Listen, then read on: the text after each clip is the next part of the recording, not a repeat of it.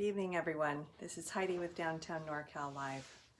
This is my weekly wrap-up of everything I've been up to with regard to small businesses and supporting them and letting you know how you can support them.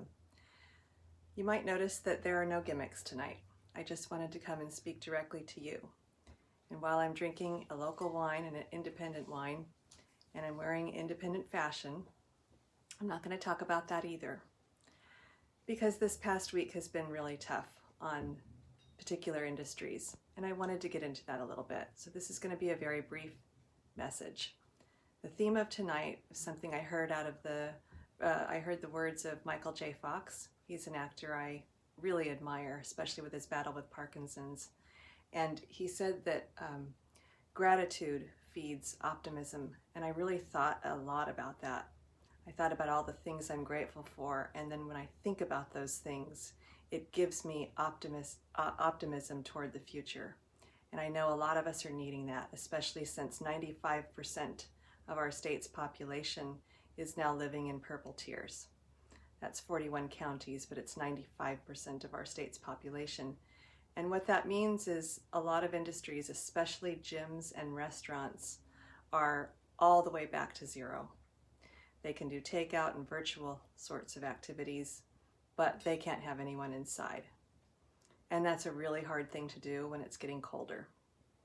I learned earlier this week that my gym of 20 years is closed.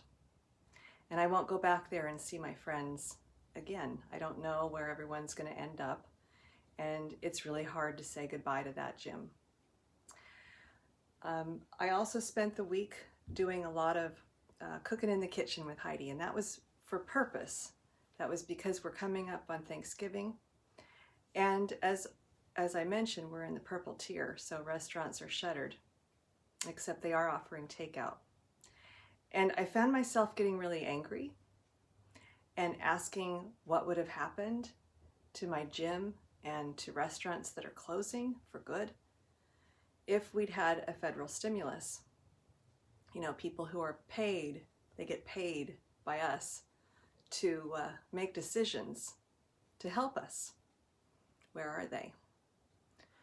But I decided the anger would do me no good, and that actually I've been preaching the same answer, the correct answer, all year long. And before this year, I've been doing Downtown NorCal for a while. And that's because we are the stimulus. We are the leaders. Our businesses are led by people who are our community leaders.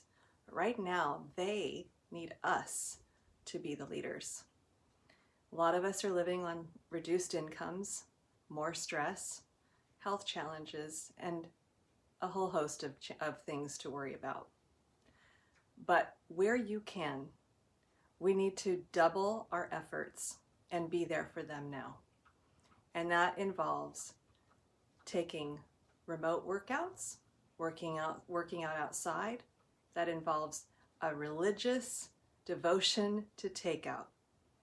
I'm concerned, and I've talked to restaurant owners from around the state, and they believe that the era of sit-down restaurants could well be over. Take that in.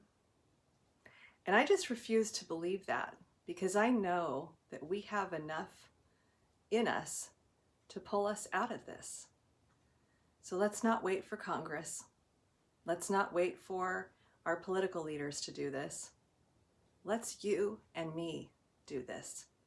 Because those business leaders who've been there every year for us and who serve us with open hearts and a loving arm, you know, the people who know our names, those independent restaurants, gyms, and other businesses that are reduced in capacity this week, they need us.